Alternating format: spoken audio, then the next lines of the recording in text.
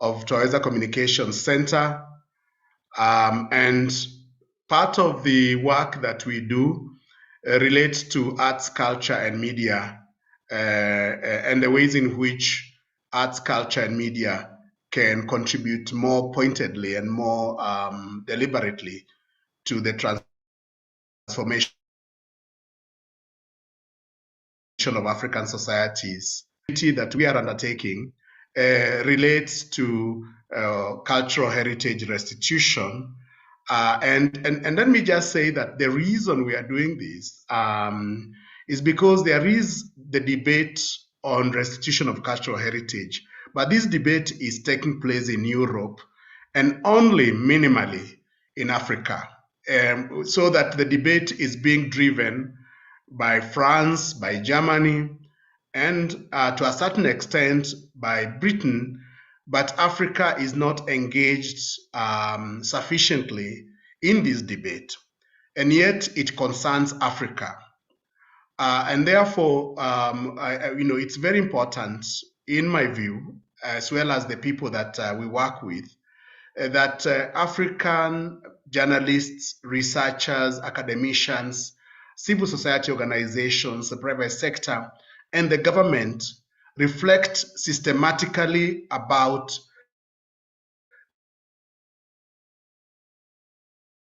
the restitution of Global North, so that we are part of the debate. We are not a footnote in the debate. We are at the center of the debate. Now, because you see, the challenge is that if this debate is driven by the Global North, they'll see cultural heritage in terms of property. And yet, our cultural heritage is more than property. It is beyond, it's beyond the financial benefits that come from our heritage. So that is why it is very important for Africa to be engaged in this conversation, and to be able to argue about the benefits of things coming back to Africa, things that were looted from the continent through colonialism, through wars, through all sorts of things. Some of it actually through research. I mean,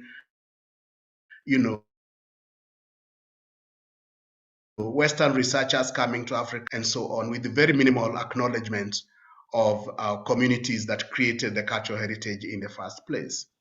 Now, we think that the cultural heritage has provided an opportunity also for creatives to have points of reference, so that they have a point of inspiration from the earlier artists and the earlier creators, because you cannot imagine a future if you cannot, you cannot go back in terms of your history and so on.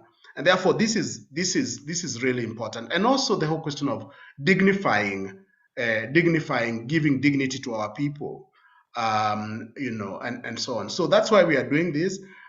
This part of the return, we're calling it the return project, is funded through a very small grant by Africa No Filter. Africa No Filter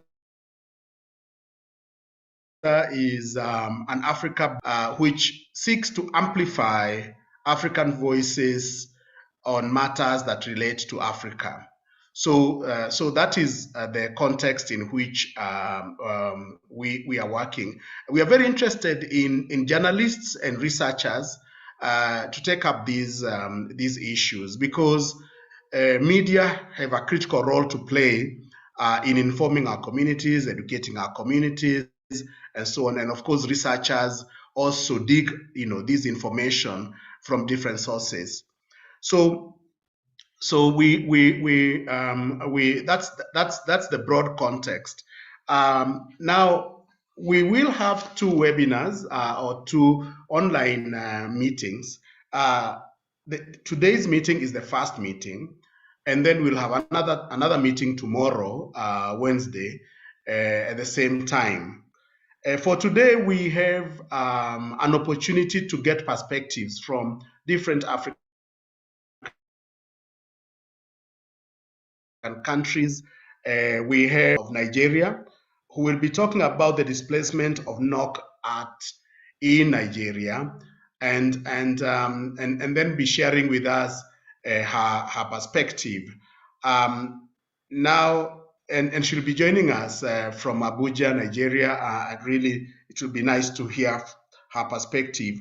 Then we have Dr. Valens Meriki from Tanzania, who will be talking about cultural heritage restitution issues from Tanzania. And I think this is very, very important because I have read some of the work that Dr. Silayo has written, and he has a perspective that is of interest to us.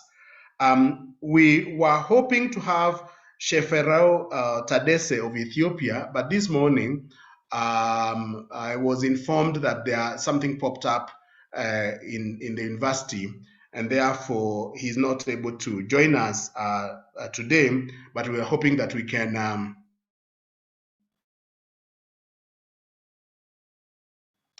get a moment because we know what's going on in Ethiopia. It's very, very interesting work that's going on in Ethiopia.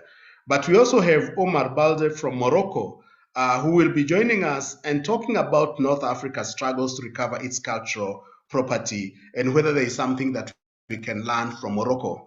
So I think that's going to be an interesting perspective from Morocco. And finally, we will have one example of a cultural restitution issue from Jerry Gashihi, who will be talking about the dance shield, which was taken from Kenya and is found in Europe. So she'll be giving an example of one such case, when she's able to join us. And then from there, we will have additional interaction and have some remarks from the editor of the Jahazi Journal, who will make some short remarks. That is the approach that we are going to have. And then tomorrow we'll visit other countries and also just learn from each other. I'm hoping that in the course of our discussion, we can reflect on what needs to be done rather urgently on the continent to make this debate change from just being a debate to action. So to start us off is the perspective from Ben-Moon Damul, and let me say that we are meeting for the first time, this team online, although we've really been engaging through emails and so forth and so on.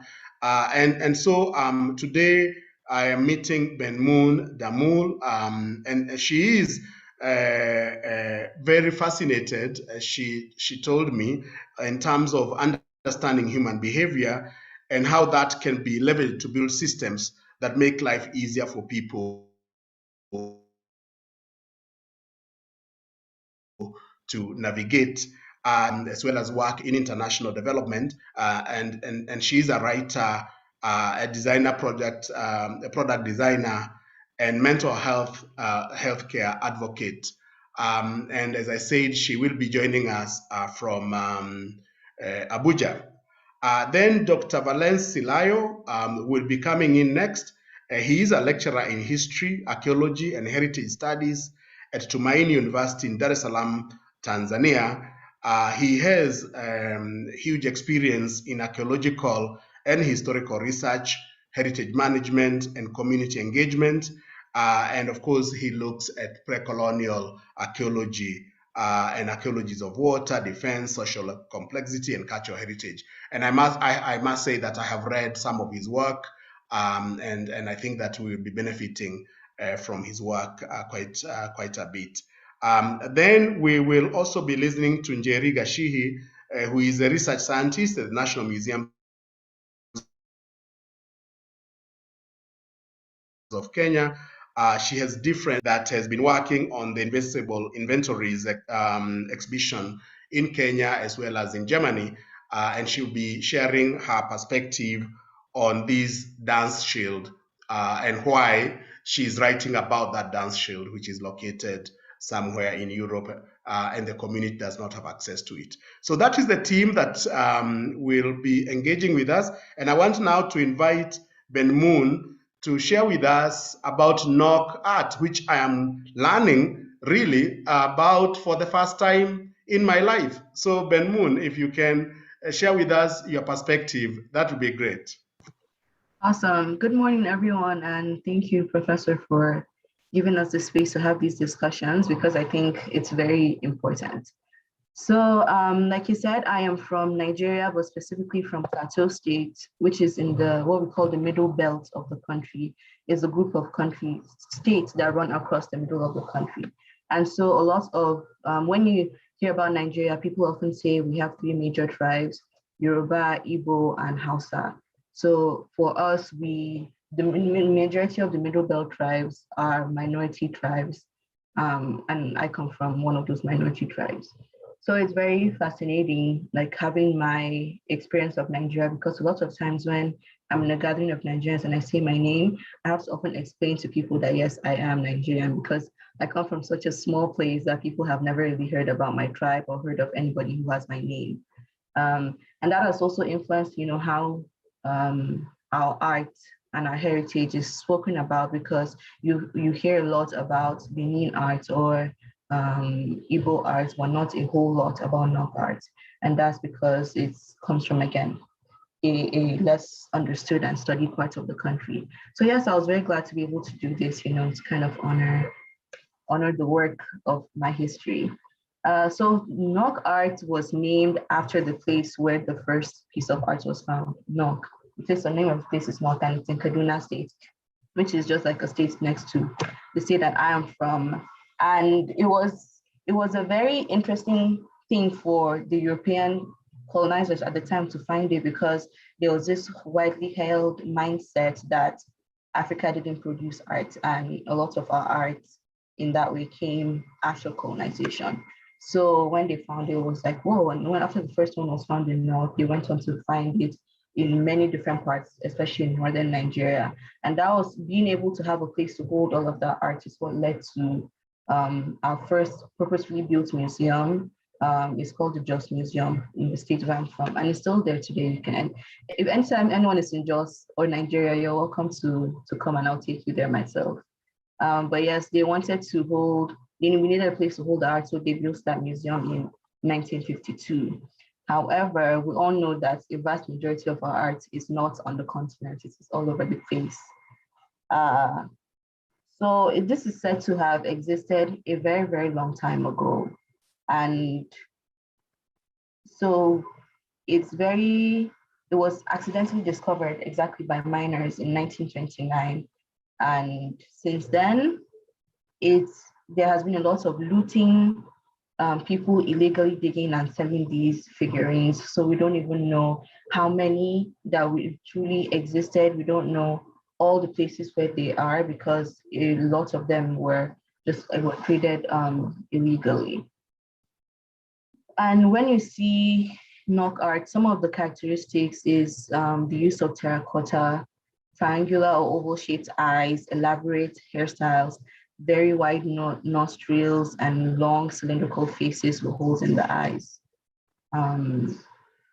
Anyway, by the 1970s, artifacts were sold for very high and profitable prices in the international art market, and both natives and foreigners were excavating without any interest in actually uncovering the cultural background of the people who made these figurines, which is why I really like when Prof was talking about how our heritage is not just about property, it's not just about, pieces of art, it's a lot more than that. And I'll get into that a little bit, but people were just like, oh, we don't really care about understanding these people's way of life, because when you have like a proper archaeological uncovering of a place, you can tell, okay, this is where they gathered to pray, this is where they did this. You can kind of tell about the day-to-day lives of people. But Nok art and the way that it was excavated and sold internationally did not really receive this kind of attention or this kind of intentionality, because everyone was just like, oh, well, this is this cool art that we're finding now, let's excavate it and sell it and just make as much money as we can. So in an effort to control the looting, the federal government of Nigeria issued a decree saying that it is illegal to dig up, buy, or sell antique goods. And they created the National Commission of Museum and Monuments to replace the Federal Antiquities Department. And so it was tasked with the responsibility of managing the collection, documentation, conservation, and preservation of natural cultural properties for public educational, enlightenment, and entertainment purposes. But of course, just simply coming up with policies or creating commissions doesn't mean that it's getting the policies are getting implemented, or people have the widespread belief and interest in actually maintaining it. But according to this commission, about 90% of NOC artifacts have been looted and smuggled out of the country by 2005. 90%, that's a very, very high percent. And the international arts community also continues to undermine the authority of the commission, because there was an online petition actually to stop selling Igbo sculptures, but the auction and the Nigerian government to the NCMM sent a very strongly worded letter saying, don't sell this, don't do this auction. This is sacred art that is very important to our culture and our heritage. But the auction went ahead in any way, and pieces were selling for as much as $240,000. But at the same time, the Nigerian government, I guess, also shows that the value of preserving history and of making sure that our heritage is taught to us is not really that important, because in 2009, they removed history from our educational curriculum. So you have a whole generation of young, now it's back, and they're bringing it back in phases because it led to a lot of protests and people saying that is ridiculous. You cannot stop teaching people about history. But it kind of set the tone for what ideas a lot of people have when you think that history is not important to learn, you know. And even when you go to a lot of our museums today, they're in a state of disarray, and you can see that we don't have a strong culture of maintenance, of saying this is something that is important for us to maintain. And I really like this quote by Professor Akinlawo, where he says, "A country without a sense of history is a soulless country. It could safely be said that many of the challenges facing state and nation building efforts in Nigeria are a result of the neglect of history. History of intergroup relations in Nigeria has been confirmed the extent of interactions about Nigerian ethnic groups or nationalities long before the imposition of colonial rule." So when you speak to a lot of Nigerians today, they'll tell, we don't know our civil war that happened in the 1960s. A lot of people don't know about it, or the effects that it still has on how we relate to each other today. There's so much division along ethnic, religious, tribal lines. And at the same time, we don't know what's, or don't even care to know about what our societies looked like before during pre-colonial times. And that's because we don't value history, so much so that it will be removed from the educational curriculum of primary and secondary schools. I mean, that to me was just absolutely ridiculous. But anyway, there's a lot more to say, but I'll just say that now a lot of young people who value history, who value our heritage, who value our art, are trying to say, how can we bring this back? How can we work? And some people they're just trying to digitalize art. So they're going to museums, digitalizing art, creating NFTs. So young people and even Africans in diaspora can kind of participate in the conversation and engage with and enjoy our art and our culture from wherever that we are in the world in our own way. But I've been having a lot of conversations, especially since after doing work on this paper, about what everyday Nigerians think of our art and if it should be returned. Because I think a few weeks ago, a Benin piece was returned to Nigeria, and that was very exciting. But when you're having conversations, maybe on Twitter or just in general, people tell you, why should they return it? We can't even take care of it. Have you seen the state of our museums? And it's like, well, if something doesn't belong to you, you return it. But it's almost like, it makes me think of Maslow's hierarchy of needs, which is this concept in psychology where our needs are based on different levels. So at the very bottom, you have safety, security, food, clothing, shelter, and the steps keep getting higher, and then what's kind of at the top is self-actualization. And I think for a lot of Nigerians, we're still on that very first level of the hierarchy of needs, where all we really care about is being alive day to day, making sure we don't die of hunger.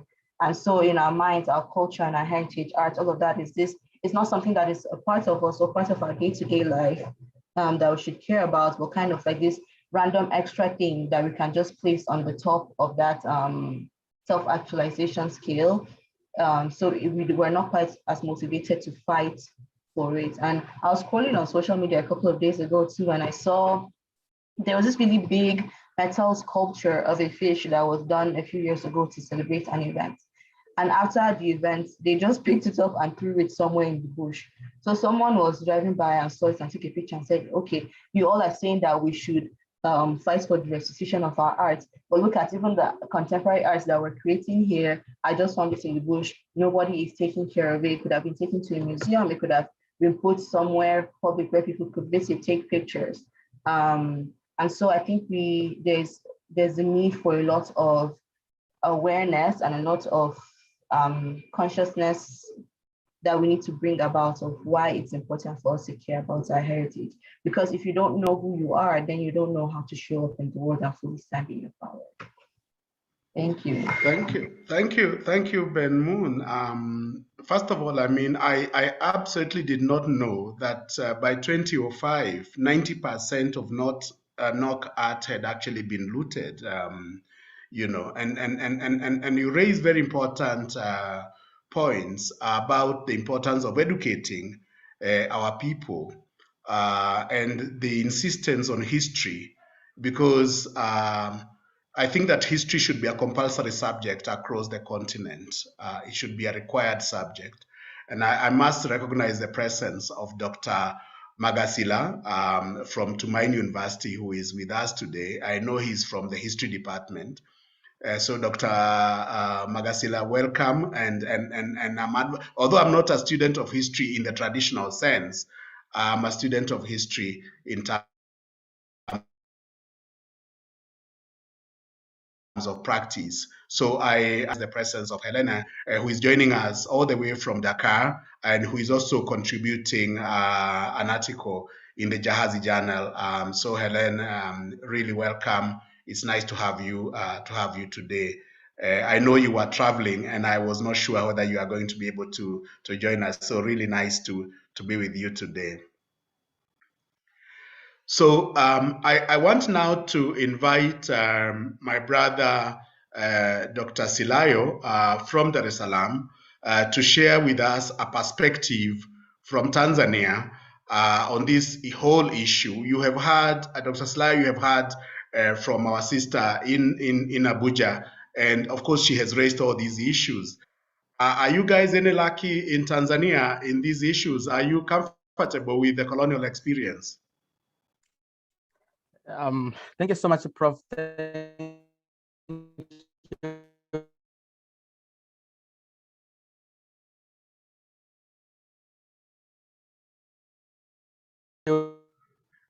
I think his internet is unstable. You can remove the video so that a good presentation in a colonial encounter. Can you hear me there? Yes, indeed. Yes, indeed. Thank you so much. So I was saying, Prof, no one is happy or with the colonial encounter. We have all been hurted by these colonial activities, and it's so sudden that when you keep on hearing or reading what they did across Africa, it's real. That's something not one should be proud of, and it is something that now we need to come together and look for ways in which, in one way or another, we can at least regain our proudness by just getting back what we lost, and give the meaning that Africans had given the meaning to their objects. Hearing from Ben, I'm talking about the terracotta. You need to listen to the Nigerians tell you what the meaning of terracotta. What did they put the meaning on it? It's not the colonialists. They don't even know the meaning of it. They don't know why we at the first place we created it. So we need it back. We need to embrace it, and we need and to do that. That's why I'm going to deal with it in my presentation. Is to take you across the meaning of it and how we can together approach the question of restitution and see if we can reclaim those objects and restore our dignity. So maybe we'll want to ask a question across the panel or across any historian, any heritage lover across Africa, and here as a panel now. What would be the relevant question for us to ask? Is a restitution a way forward, or what is the way forward for us? Should we really go for restitution? Should we go to those people who colonize and say, guys, look, you took some of our valuable objects and give us back? How should we go about it? Should we now go and educate them and tell them, look, this is what we meant when we were creating terracotta. This is what we meant when we have the golden stool and all those other objects that they stole from us? Or should we come back to our people, to our own community, the community which cherished those objects, and talk to them, tell them about the value of getting and the importance of getting those objects back? And once we create that kind of awareness, then we will have a clear answer whether is restitution and reparation the best option. In fact, everyone will tell you it's the best option.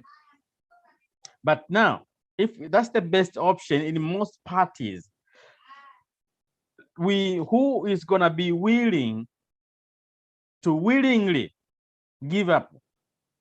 Is it the global north who they are holding most of our heritage? Is it the global south who most of us, well, we want to get them back?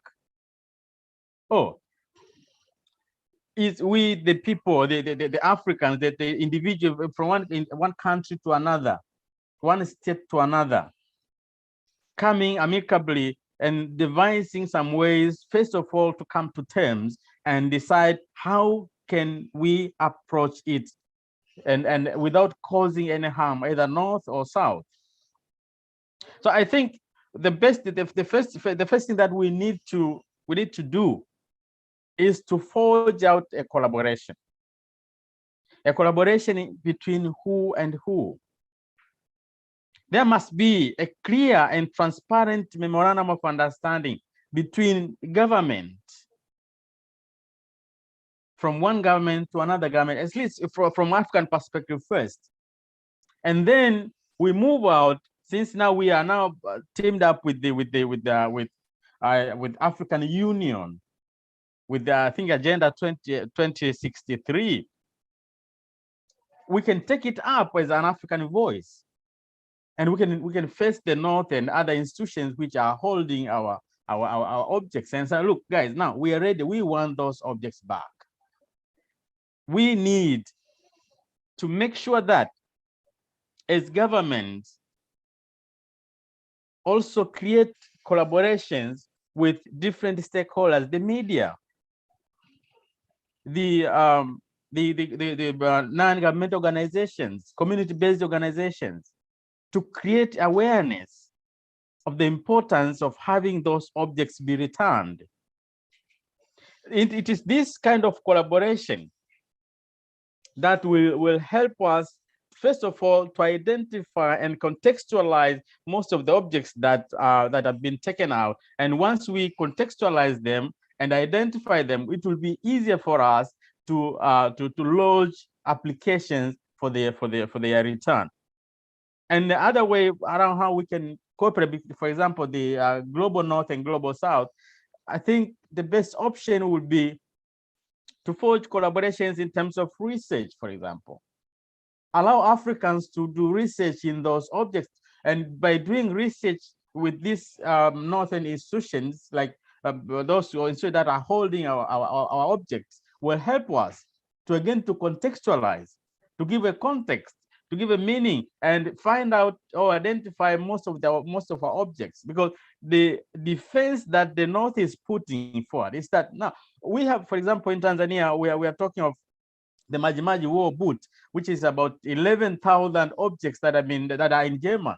They will tell, okay, now we have all these 11,000 objects and many more. How do we know they are from Tanzania? How do we know they are from the southern part of Tanzania? So it's by research, it's by doing research and trying to gather as many information as possible that will help us to build our case. The second part that I want to talk about in how the way forward, how we can do it, is mobilizing resources. How can we mobilize resources? It's not that very possible for a single country or institution to say we are going head on with the restitution and reparation of our objects without resources. Most African countries, we are crying because we cannot compete with the northern, with the global north in terms of resources. And to amend this, the cultural institutions in both global north and global south need to talk about the restitution and have expressed sufficient human resources and financial resources so that we can build an understanding and reclaim what we have lost. And once we have those resources in place, then it will be easy for us to build our argument. The third point that I want to talk about is the question of sharing information. Information sharing. Information, we are told information is power, without which reparation of our artifacts or our human remains that they are being held with outside our countries, our borders, will be difficult.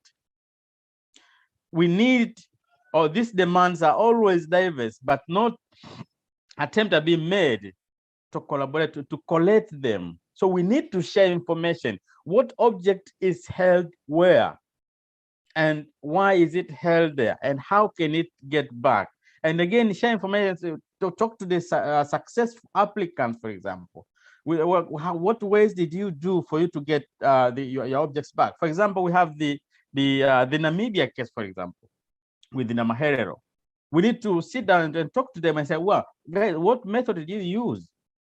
How can we use the same model so that we can also be successful in lodging our claims? And the other part we can talk about is the laws and regulations that are put in place with international organizations. The research shows that there are laws everywhere, and also there are laws and bylaws that are governing the illegal trade of ethnographic objects and the works of art. But how far does these laws go?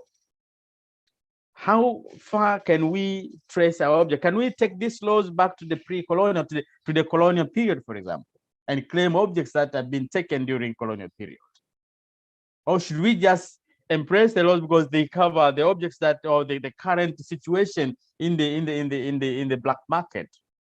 So we need, again, as an institution and individual organizations, to sit down and make sure that we are conversant with the laws and acts that are in place. And if possible, as an Africa, we have to come up with a law or an enactment that will govern our demands, that the Kenya can use it, Uganda can use it, Nigeria can use it, and the like across Africa. And when we put it out there, we stand as one. And last thing that I think I would like to talk about is the question of advocacy. I think this is, I think what we can do, we can do best. How can we advocate comprehensively and make sure that every institution, every country is doing the best? advocating for the need to have a comprehensive, regularly updated database, for example, and sufficient infrastructure is very crucial. Tanzania, like most African countries, cannot have and maintain regular update of the updated inventory of their cultural heritage, which may hinder us to claim more of the heritage that is held outside. So we need to mobilize our heritage institutions and bring in the social media and the media organizations to help us mobilize and advocate for the proper informations and do proper inventory so that we can know what we have, what we don't have, where we can get it, and how we can get it. Thank you so much. Thank you, Dr. Silayo. I've seen a comment from Dr. Purity Cura, and I'll be coming back to her when we get to the point of discussion, because she's made a very important point related to public participation and the role of our communities in the restitution agenda. I'm aware that some of the people in the room may not know enough about the Maji-Maji struggle against the Germans of 1905 to 1907, and the ways in which the Germans looted most of the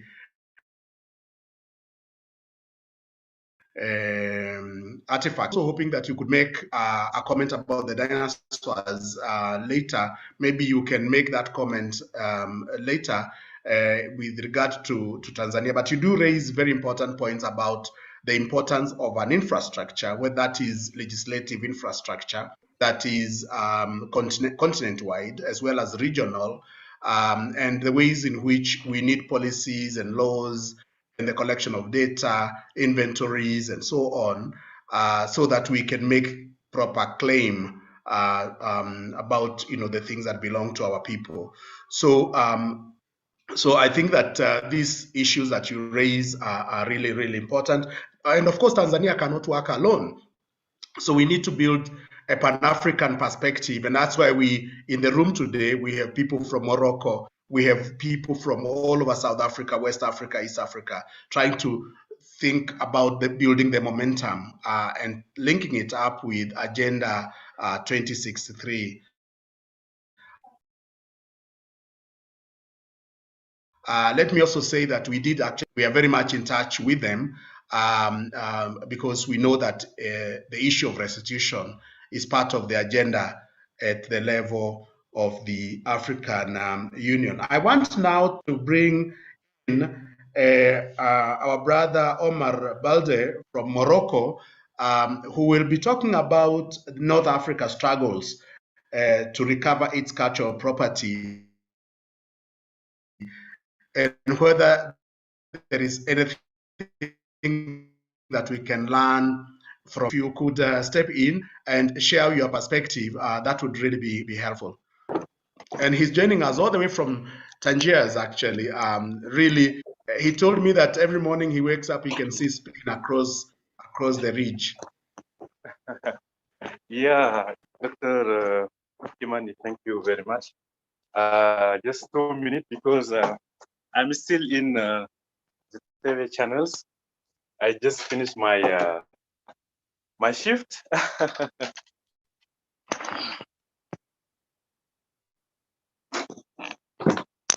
Omar, sorry. So do you want me to bring in someone first? Yes, no, we can see you. It's okay. Thank you. Now. It's okay now. It's okay. So thank you very much. I am very happy to join you and to participate in this webinar.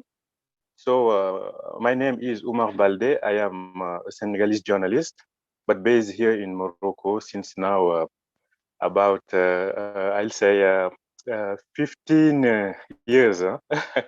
So I am in Medi TV as editor-in-chief. Medi One TV is a TV channel broadcasted from Morocco. So as I told in my paper, here in Morocco, there is a situation which is very specific. If we compare Morocco with some African countries, the situation is not the same. There was not so many. There were not so many. I'll say cultural. I'll say elements which was stolen by systematically stolen by the French protector, because here Morocco was a protectorate. What we say in French, protectorate. Sorry, just I. So what we have seen is some people which was very interested by this I'll say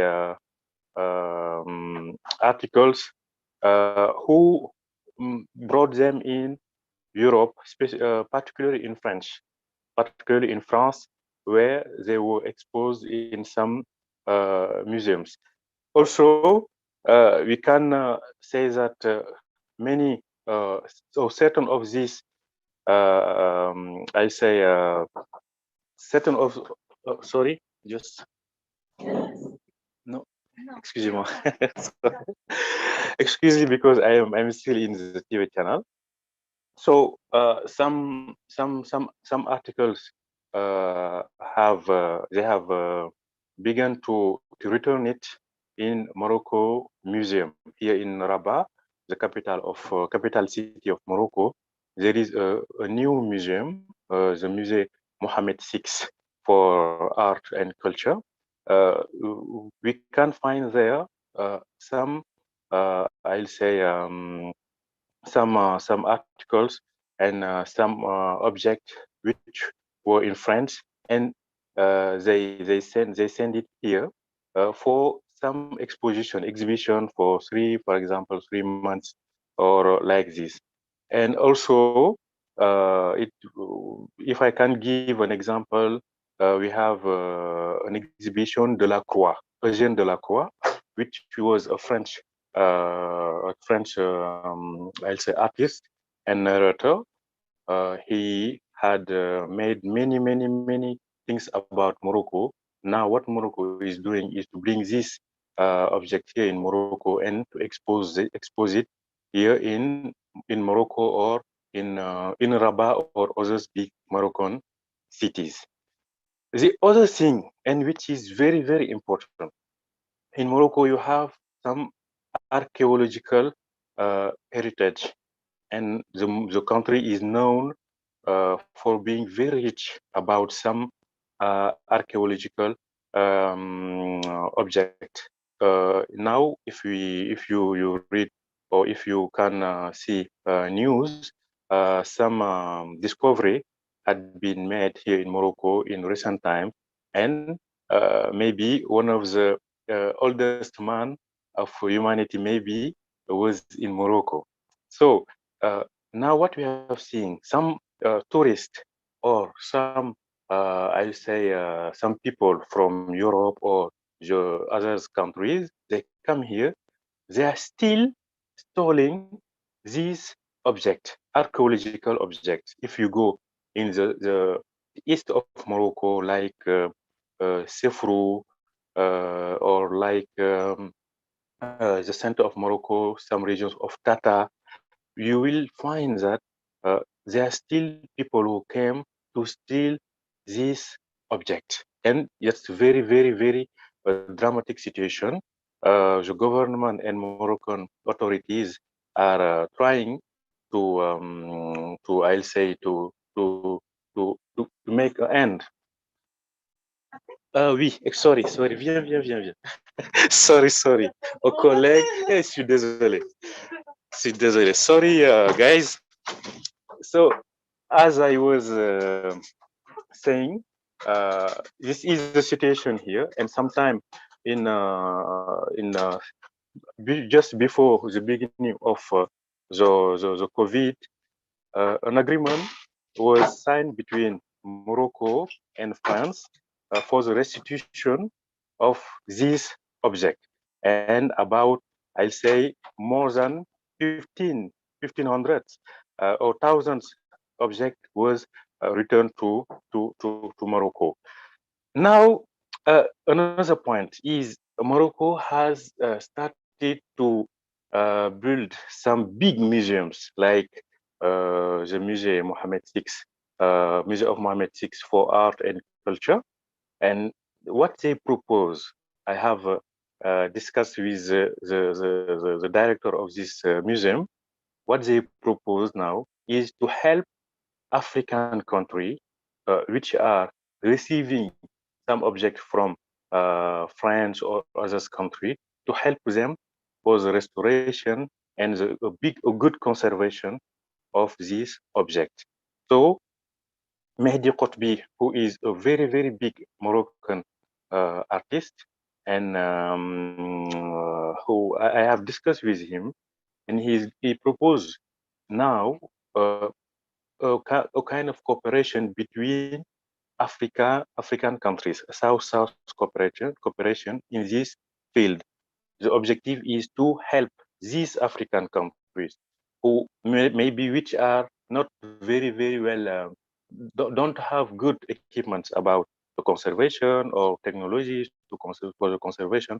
So they are trying to help them, or they propose to help them for the conservation of this object. So globally, this is the situation here in Morocco. If I can do a summary, the first is Morocco is not a country which has been stolen during the colonialism. Okay, like Algeria, for example, the situation is not the same. First of all, the second point is some objects who are in France are still in France, but it was maybe brought there by some people who like this object, the object, and bring them in France, in the French museum, for example. The second point is that. The third is that the country is very rich in the archaeological field. So you can find even now people who come here and they are stealing this this object. And the fourth point is Morocco has now big museum here, and they are proposing their assistance for African country like Senegal or Benin or other African country in order to help them for the conservation and the good, I'll say, to valorize, if it is correct, these objects that are received from that have been received from French or from France or from other countries.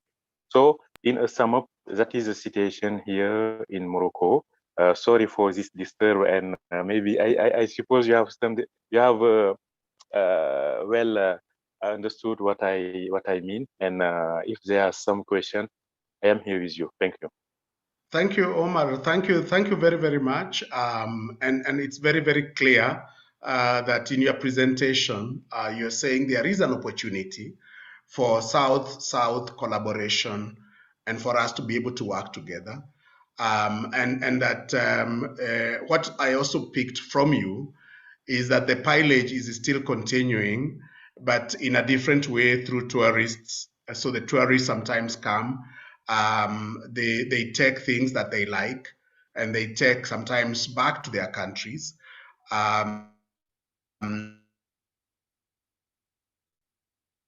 So there is the whole question of people who take things. Sometimes the intentions are good, but sometimes the intention is not all that good. And I also picked from you that unlike in most of Africa, there wasn't direct looting of cultural artifacts from Morocco by France, but there is an opportunity to learn about how to conserve and preserve and so on.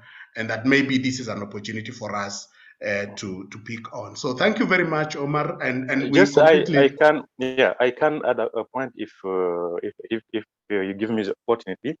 Why the situation is also different from Morocco is that if we see the cultural heritage of Morocco is mainly oral, you know, it's mainly oral. So because the Islamic in the Islamic civilization you have calligraphy, which is very developed, but if you see some like sculpture or human beings sculpture, it is not very developed.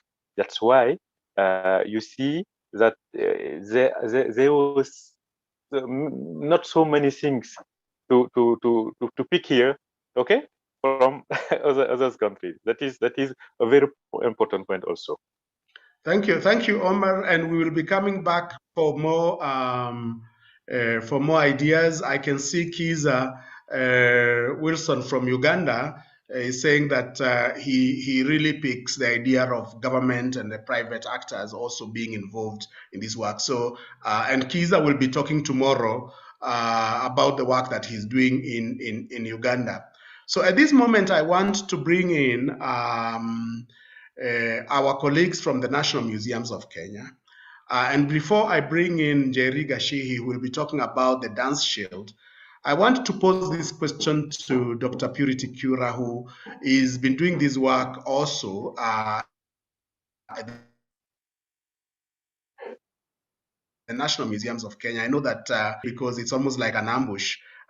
If you could just very briefly comment on the question of the communities themselves from which the cultural heritage is taken to be involved in the process of restitution of their products. If you could just make a comment about that, because I thought that you have a very strong idea, and if you could also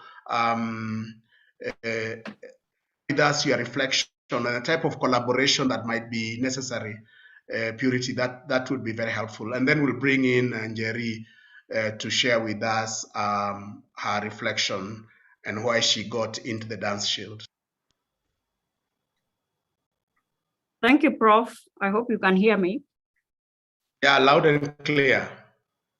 Yeah, I mean, it's just trying to emphasize on what we all know and what we've been advocating for.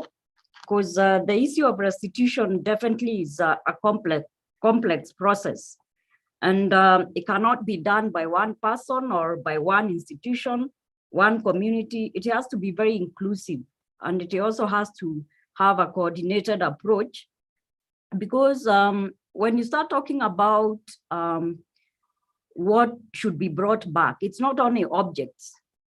There are even cases where documents have been stolen.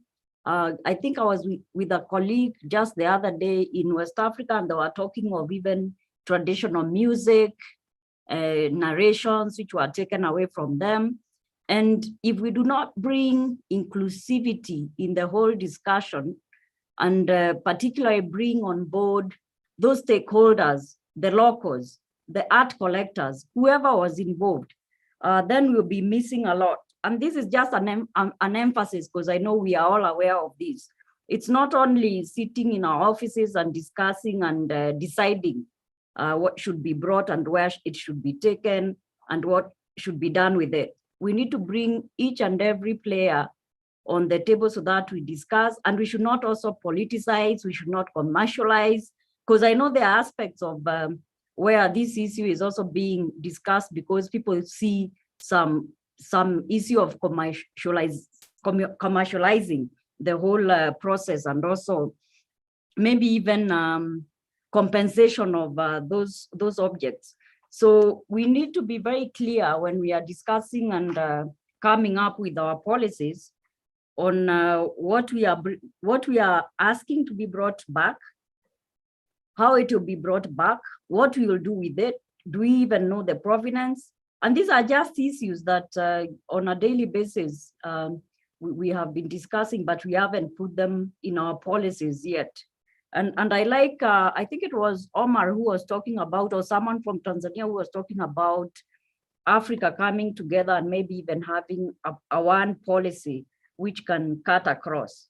Because there are those countries which have not even ratified the convention, and we cannot wish them away and not move along with them. And Kenya is one of them anyway. So I hope that we can all be inclusive, bring all the stakeholders together, and then start moving forward. And this will lead now towards decolonizing even the museums. Let our museums become maybe places which are not silent anymore, places which are interactive, places which are alive. You can even have locals coming on board and explaining about the objects which are in museums, or about music which is in the museum. Let us not have those narrations on pieces of paper. We can have live museums. So it's upon us to decide on how we want to move forward henceforth. And I will leave it maybe to Jerry to talk about what Kenya probably we've done. Thank you. Thank you very much, Dr. Purity Kura, for those comments. Very important comments and legislative framework, the ratification of the conventions and other things that need to be done, and also the idea of almost like the model Pan-African policy on restitution. I think that can be spearheaded at the African Union level.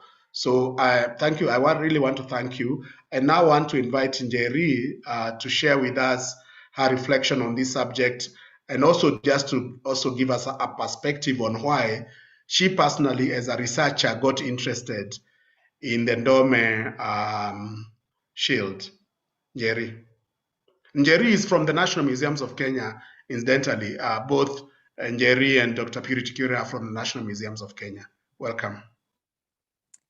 Yeah, thank you very much indeed. Good morning, good afternoon, everyone, depending on where one is. Thank you very much, Professor Kimani.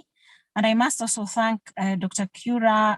Under her leadership, we've been able to do so much, as you will hear from me and my colleague maybe today and tomorrow. My name is Njeri Gashi, as it has been said, and as working from the National Museums of Kenya as a researcher, I have been a part of a team that has been working on database research, known as the International Inventory Program, that we are now on our third year, and we've been able to do a little bit of work here and there. But that work, as we will be seeing, is just like scratching the surface, basically. Thank you very much, Dr. Kura, for mentioning that maybe I should be talking more about what we've done. And as this morning, I have been asked to have a different kind of approach, because as much as we've done a lot of database research, I have a feeling that everybody here present has maybe something that they identify with. It could be an object, it could be an item, it could be a subject, actually, it could be a document, it could be a knowledge or something that you believe has gone out of where you reside, or where it has been of use and it is elsewhere. So when we are talking about restitution, I have a feeling that depending on where you're coming from, everybody comes in with an interest. And I have chosen to look at the case of the Dome, which is Nagikuyu dancing. I really don't like calling it shield, but for the purpose of this, I'll call it a shield because of its shape. It is an object used during circumcision ceremonies for the Kikuyu boys. The Dome is an object that I have interacted with to a level where I actually don't feel like calling it. We've been struggling with whether to say object or subject or what. But in this case, I have really chosen, maybe could be because of my motherly instinct, I would want to call it a baby or something I interacted with 11 years ago. So when I use the idea of a baby, I'm saying is something just like the way you have to know a person is something you have to interact with. You meet, you get to know, then you grow together, and then you get to know each other better. So for me, that is how I treat the object that I'm talking about. It is a wooden object made of light wood, which we have been able to establish is one of the climbers. The scientific name kindly right now is going away, but it is in a Kikuyu language, you call it mukunguwa. I'll give you the scientific name. Pardon me for that, not getting the scientific name. It is a climber, and it's a light kind of wood used for for plants that climb around. And it is very good because it is a plant that is not heavy. Even if it can be resistant to at times termite attack and all that, it is light wood. And why it is important, when I'll be talking about it, you'll know why it is important to use a specific type of wood when making one. So Dome is, as I said, is something I interacted with in the north when I was working in a museum program, and I coincidentally came across an object that was looking interesting. It had these colors: brown, reddish, blackish, bluish, and almost white color. And when I saw it, I thought it's interesting, and I wanted to go behind and see what was written on the object. And when I checked, what really puzzled me was it said it was from Kenya, and other than only being from Kenya, it was from the Agikuyu community, which is a community that I have identified with and I have grown up in. So I decided to find out more. And when we were doing our program that time, 11 years ago, for an object we would choose to exhibit, I for some reason chose that object. And since I did not have so much material, and even my access to the object was limited, I decided to look at the intangible aspects of the object at that time. And I will be talking about those a little bit more. So it is quite interesting that you interact with something 11 years ago, and then 3 years ago when I started doing database research, that image came up again, and it was like I felt like that object was kind of haunting me in a way, and then asking me that I should know more about it. And so I took it on, and right now I say it's a commitment. It's something that I want to do, and I would be happy to do until I have seen the end of it and seen it, restored, not only restituted as an object, but also as a subject, looking at what it does and what it means for the community. So I will look briefly and say it has these colors I talked about. And first, it's important to know what do those colors mean. I will go specifically to those. First, I think it's good, before I talk about the colors, I can talk about the patterns. It has most of them that I have seen. Currently, I happen to have seen about 10 domes. 10, I mean physically. Those are the ones that I've seen physically. I have seen them appearing in documents in many museums. And that thing has really found me asking why one object would be of so much interest, where one collector or one museum or one institution may have collected so many. But all those that I've interacted with, they have one thing in common. They have zigzag shapes. On the front side, it has two sides. So on the inner side, it has a different kind of pattern. It can be, at times it looks like it has been hacked on. So it is more of what you would call engravings. But of course, in the engravings, there is color in them. But on the outer side, it has these zigzag shapes that are different. They all look geometrical, and they are all like almost the same. They're not the same, they're all different, but they all indicate a certain pattern. So that pattern, when I was trying to look around, I realized that in terms of the intangible message behind what is tangible, what you can see, those patterns are identifier markers. They are identifier markers for not only families, but identifier markers for clans. So depending on which clan or which one age set, clan and family. So you realize that circumcision in the traditional Agikuyu society that was done when boys were around 15, it was not a nuclear family affair. It was a big family, extended family affair, depending on how big one was, or a clan affair. So each clan or each family that circumcised children at the same time in the same age set had a similar kind of pattern. And then the colors were very significant. So we have one one color that always appears, and it is the brown or reddish, which is like the red, which is the color of the soil within the people that were the mountain area, Mount Kenya region, where the Agikuyu communities had settled. So that color, which is reddish, it is a symbol, and it is a symbol for fertility. Not only fertility in its own essence as a place where you can plant trees. Remember, you're talking about an agricultural community in Kenya that was growing plants and needed their soil to be rich. The soil is always reddish brown. And then we are thinking about that fertility from the perspective of the people. So fertility is also equated to the women. So remember, we are talking about a ceremony that is for boys, but the women are also incorporated in it because men cannot exist alone. So the brown, it means also it is a sign of fertility for the women. So it is about how women are going to be fertile and how they will bear children. Because if you have a big land in an agricultural society, you need many people to be able to till the land and produce more food for you. So it was a sign for fertility. The other sign that is also always very conspicuous is bluish. At times, depending on how long it has been in storage, it turns to about black. So it will look bluish black. Bluish black color, which is a sign which is associated with the sky. When the sun shines in Africa or in Kenya, the sky looks blue. So that blue is also associated with the richness or the fertility for the man, the masculinity. So that is a very important aspect. So we are talking about circumcision for men, but then we are looking at both aspects of people being fertile, and people being fertile, not only the female, but also the males, so that they can be able to prosper as a nation. And then we're also looking at another color, white, which is the color of, which is for those who've checked the mythology of the Agikuyu and how they relate to their god. The god of the Agikuyu used to live on the Mount Kenya. It wasn't Mount Kenya because it was the highest mountain around only, but also it was the mountain that had the white color.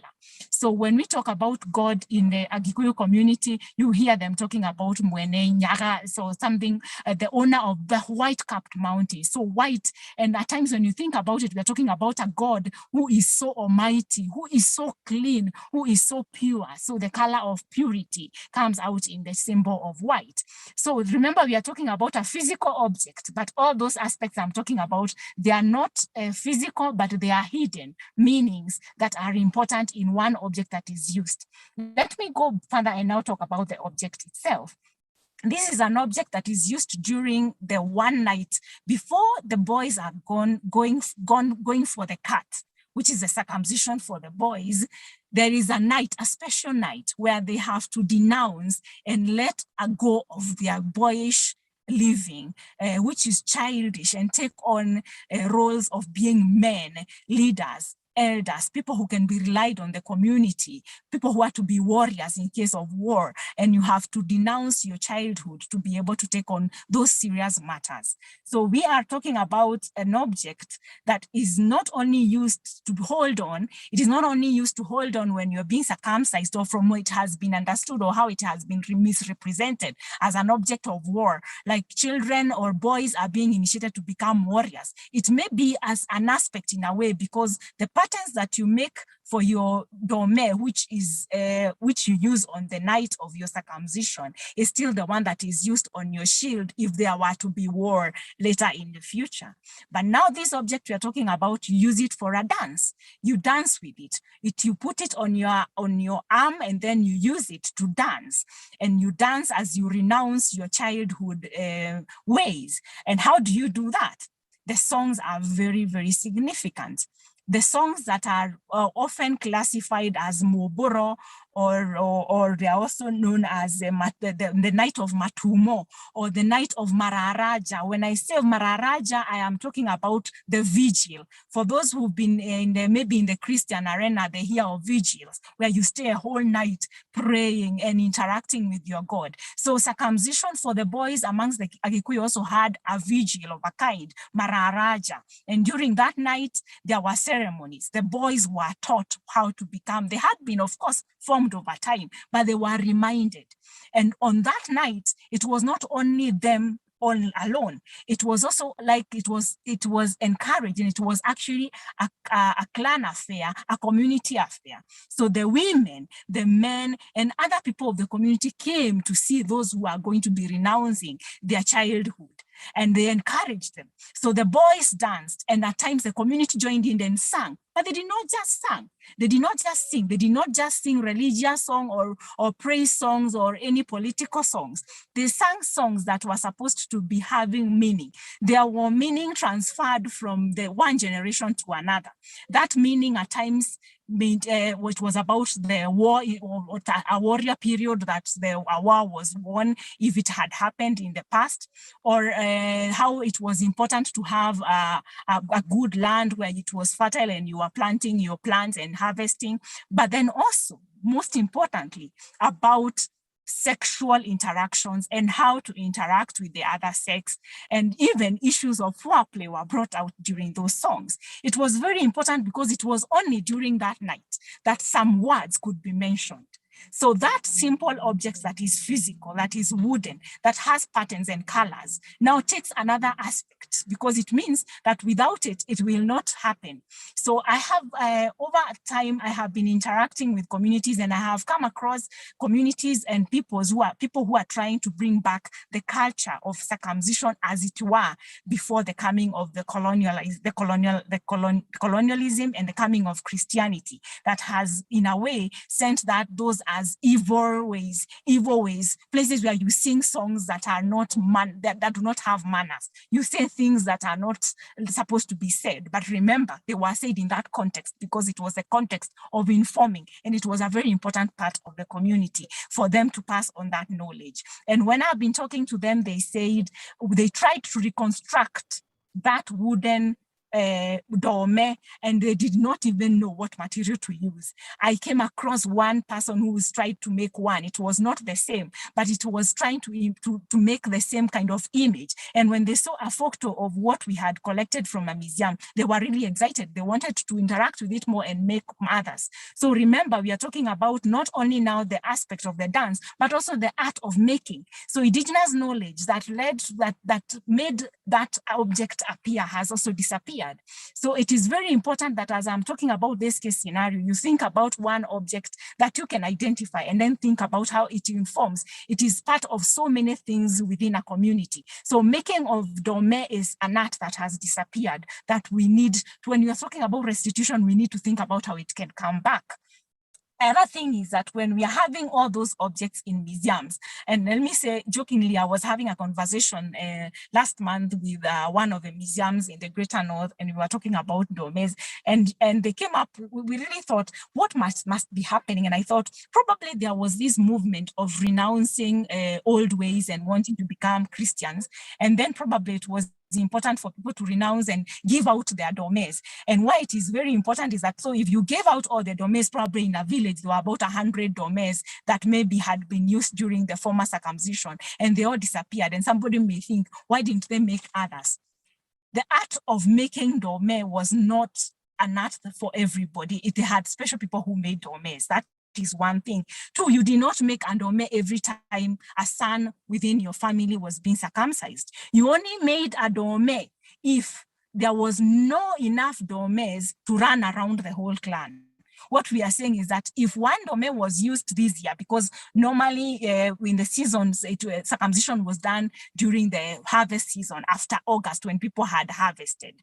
So if last year we had 10 dormes, or we had 10 boys in our clan that got circumcised, and this year we had 9, we did not need to make new dormes. What happened was that we scrapped off the old paint of the age set of that time and scrapped it off and then repainted them to be able to make patterns for the incoming age set. So what we are saying is that if I came and collected 100 dormes and put them in a van or in a craft and took them to Europe in a boat or in a ship, and they ended up there, we are imagining that this person was going and saying, I have this very interesting object, and giving them to museum, because we can even be able to trace. One person is identified to have given dormes to more than 5 institutions in the global north.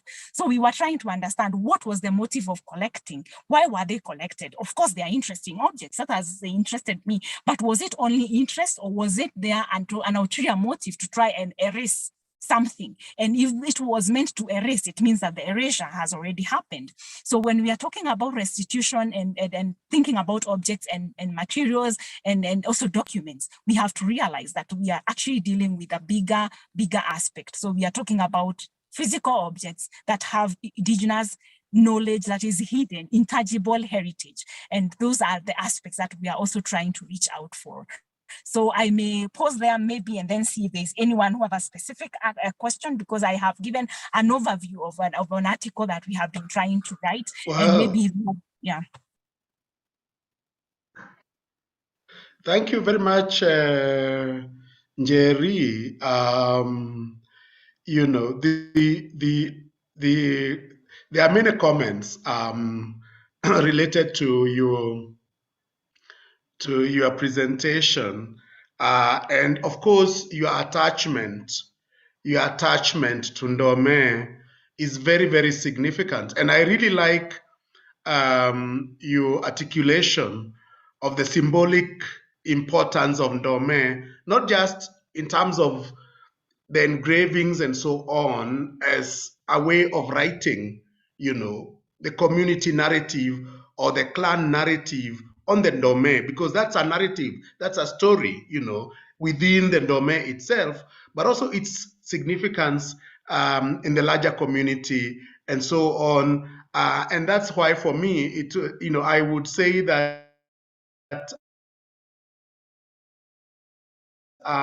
it feels as a site, almost like a text, a community text about how the community imagines itself, its history, its philosophy, its connection with the environment, and so on. And so I really want to thank you for sharing your perspective with us. And I just also to say that I want to encourage you to continue researching this and restoring it within the community as a site of memory, not beyond the site of memory, but also as a site of identity and so on. So thank you so much.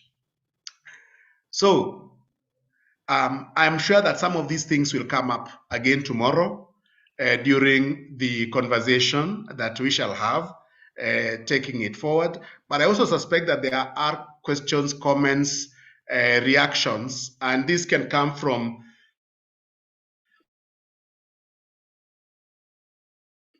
amongst those of you who has. And as I said earlier, you know, this is so important for us, because this cultural heritage is not just property. It's not material. It's not property that is quantifiable in terms of commercial. There is an inner value. And I think that Njeri does articulate that inner value very well. And I also saw that from our other presenters. Any comments? Remember, we started with Nok Art in Nigeria, and we went to Tanzania, and we went to Morocco, and we have just landed in Kenya. Any comments, reactions?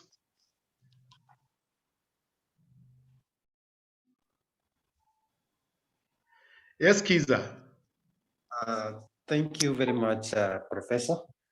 I'm really very excited to be part of this, and I'm liking it that most presenters have field knowledge compared to some meetings where you go and everyone only has references for their work. So, and my sister Njeri, yes, I feel your pain. I feel your pain when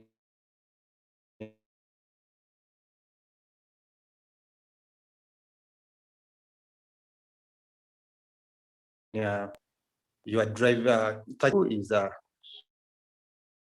moved. Unfortunately for them, they look at them as they don't attach any value to them.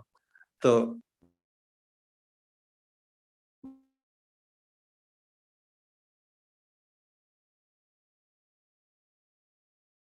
maybe it is high time we called for those heritage. Much, Professor. Thank you very much, Kiza. And just to let you know that Kiza will be speaking tomorrow from Uganda with particular reference to Bunyoro Kitara. And I must say that personally, because I've been following the work that he's doing, I'm very, very impressed by the work that is going on in that part of Africa. Do we have any other reactions, comments? Remember, you can raise your hand or just unmute yourself.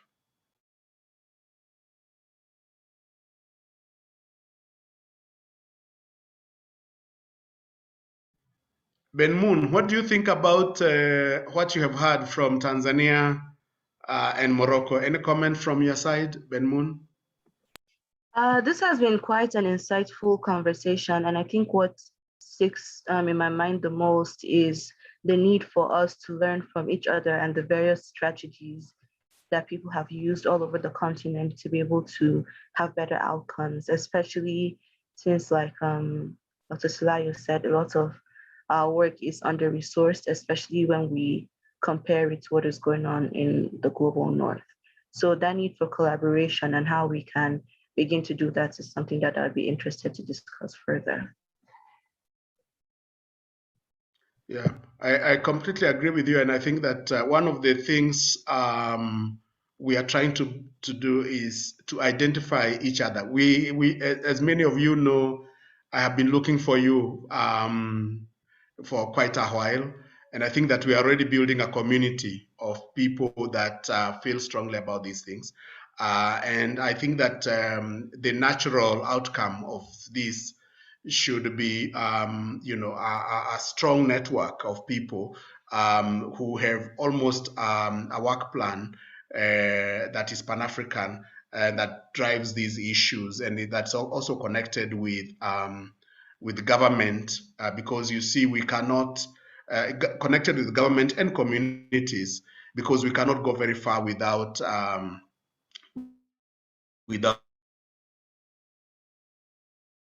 working with these institutions, support at different levels. Dr. Silayo. Yeah, thank you, Professor. Just want to quickly comment on what Dr. Purit said. The question of which we really need to take it very serious.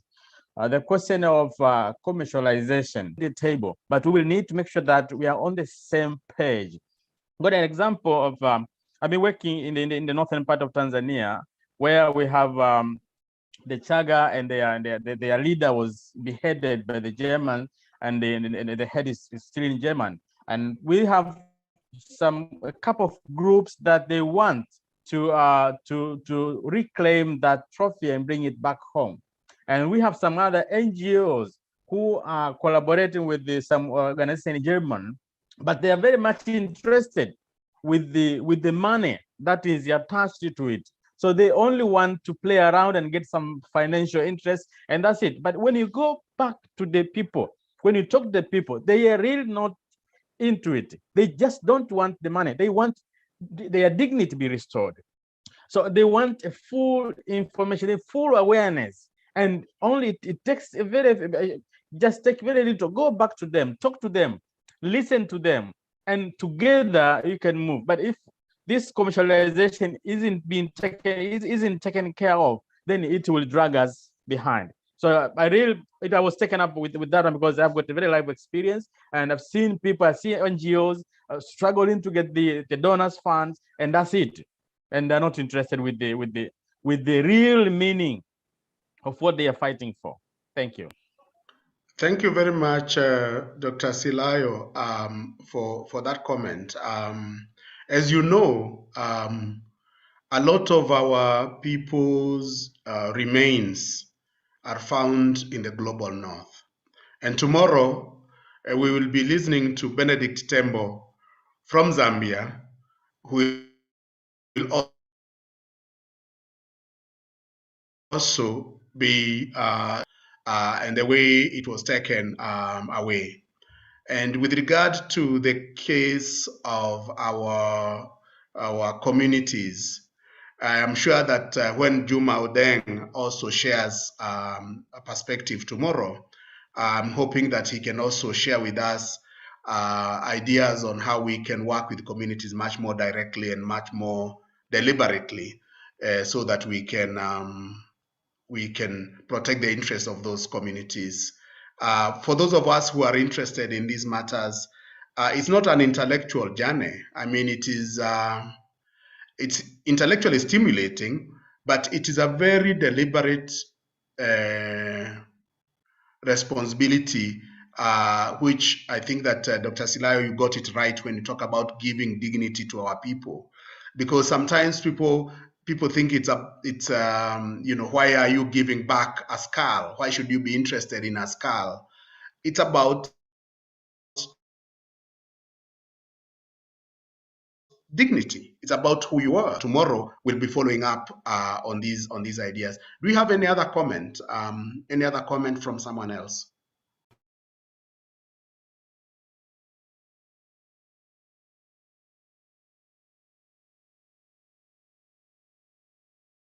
Okay, so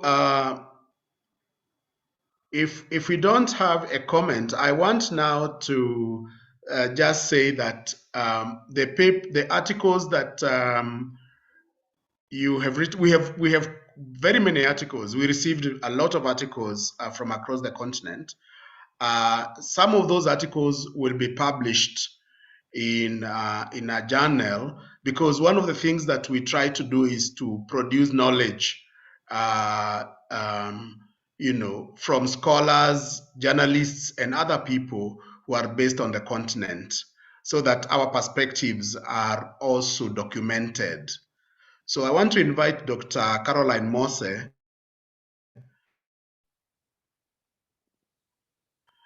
to make a comment about the journal and what might happen with the articles that you have submitted. Dr. Mosse, please. Good afternoon, and thank you, Prof, and everyone that has spoken today. And I hope everyone can hear me. So before I even speak about the journal, I'd just like to make a couple of comments on the presentations that we have had.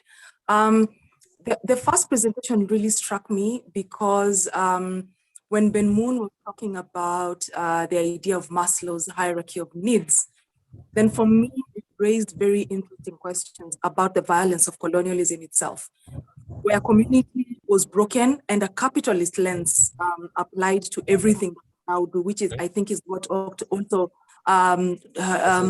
Silayo was talking about in terms of commercialization.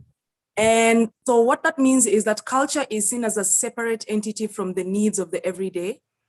And for me, then I begin to wonder how we can shift this idea that culture and its ongoing preservation is secondary to the basic instinct for survival. So how can we shift that narrative? And of course, this points at neocolonial governance structures, which continue to perpetuate colonial violence on us. And therefore, this again brings a further question to what Professor Kimani was talking about, that we cannot move forward with this conversation, this discourse on the restitution of this art that was stolen by the colonialists.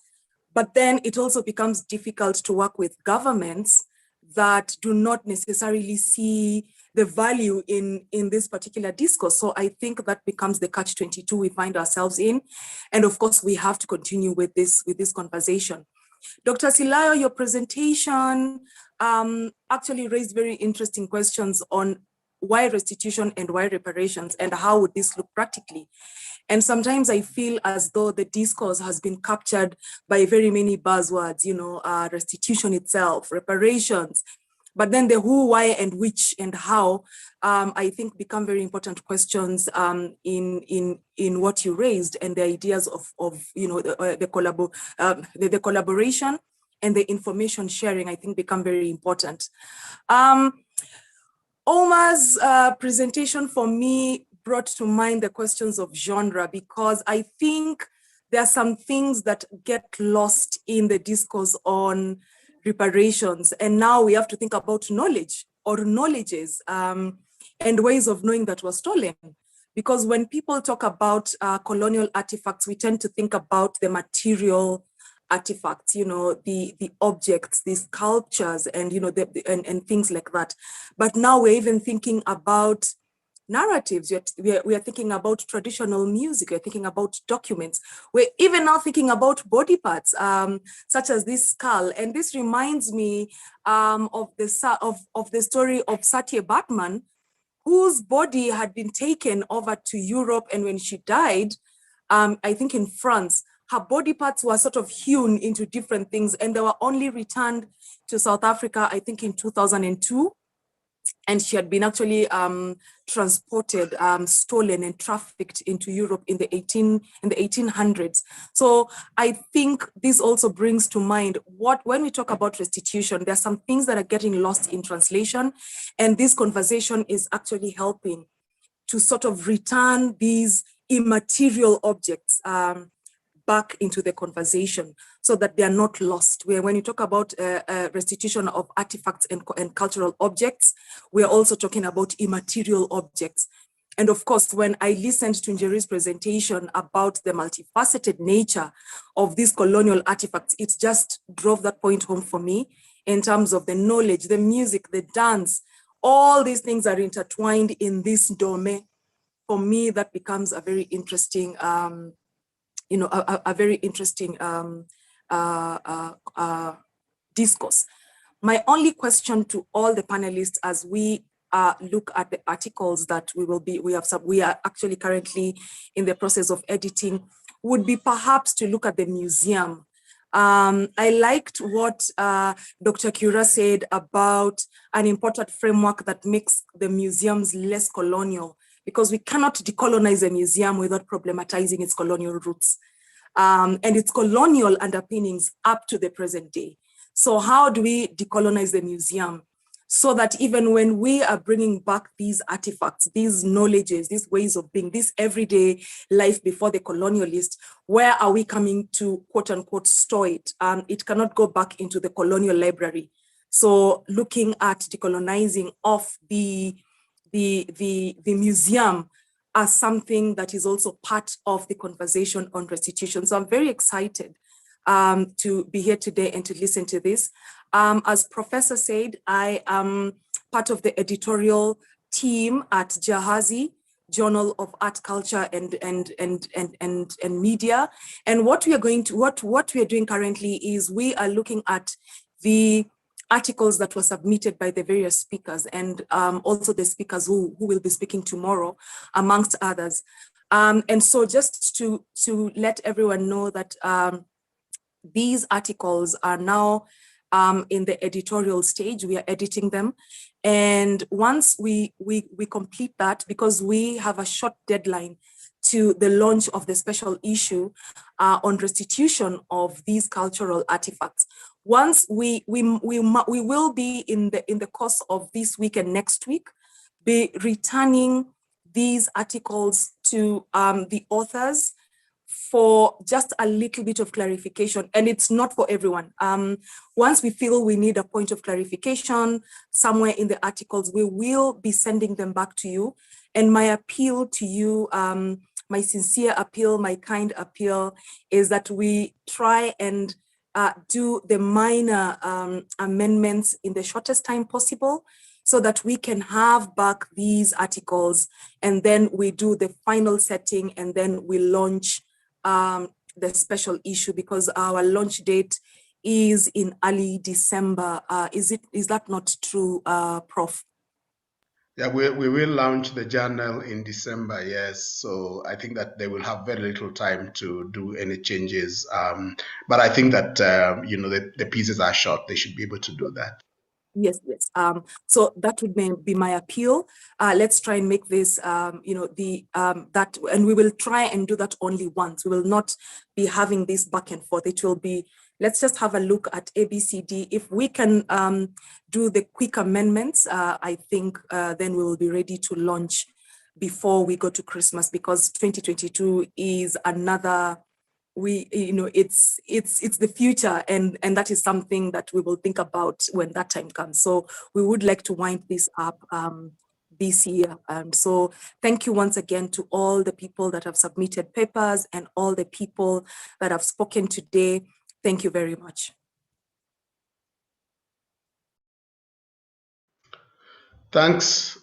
Thank you very much, Dr. Mosse, for those remarks. Very, very useful remarks. I must say that we are committed to creating knowledge from the continent and documenting it and making it available globally.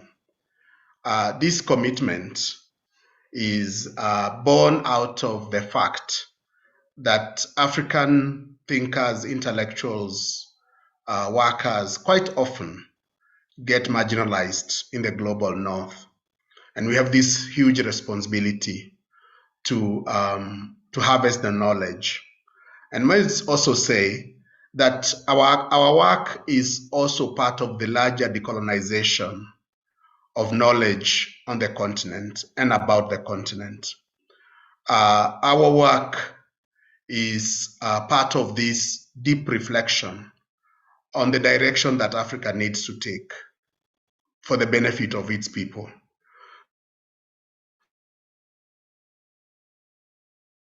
So we are committed to, we will make the journal available under a Creative Commons regime. That means that we shall not sell the journal.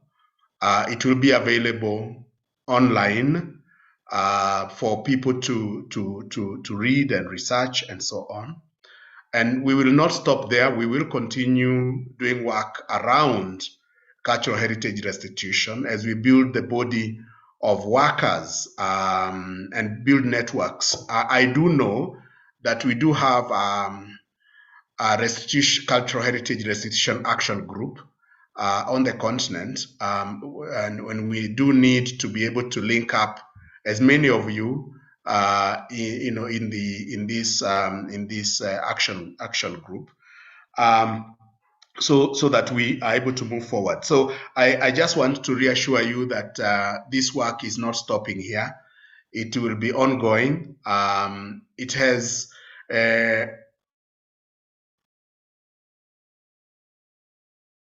downstream as well as upstream, because you need institutions.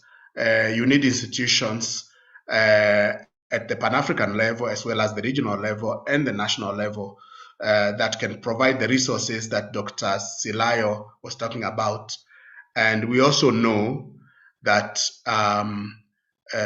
there is a discourse that is being held between governments, African governments and the governments in the north. And sometimes those discussions are held without sufficient knowledge by some of the bureaucrats. So we do need to engage with them so that we can introduce perspectives that might be unknown to them. And I think that that is why sometimes recognizing the existence of those institutions and finding ways in which to engage them it becomes important. Finally, I really liked the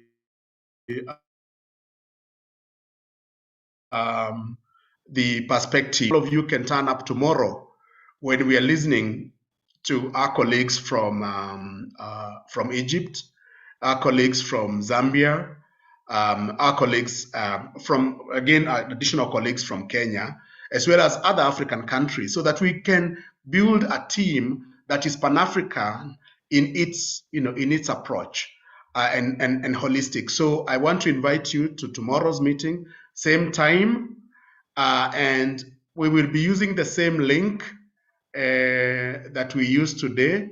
I hope this is correct, team. I'm sure that is correct. If my team believes that is not the correct information, we shall send you a separate link. But I think it is the same team.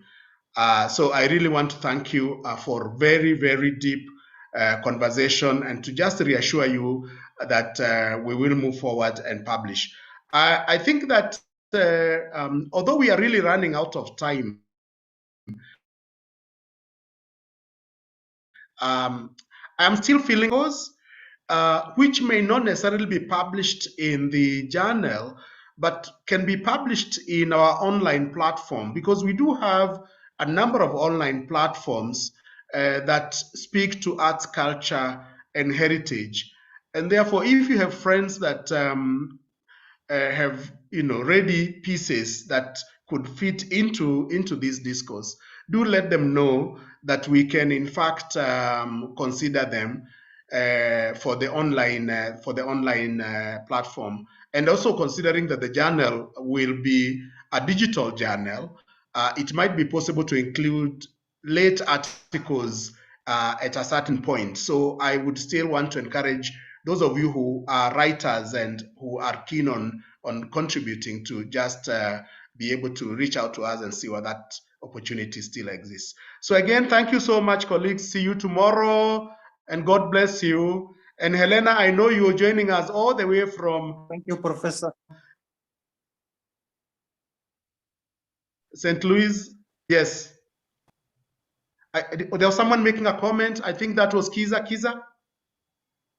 Just appreciating you and your team for bringing us together. Thank you very much. Thank you very much. Thank you very much, colleagues. And we'll be seeing you tomorrow. I have truly enjoyed today, and I'm looking forward to enjoying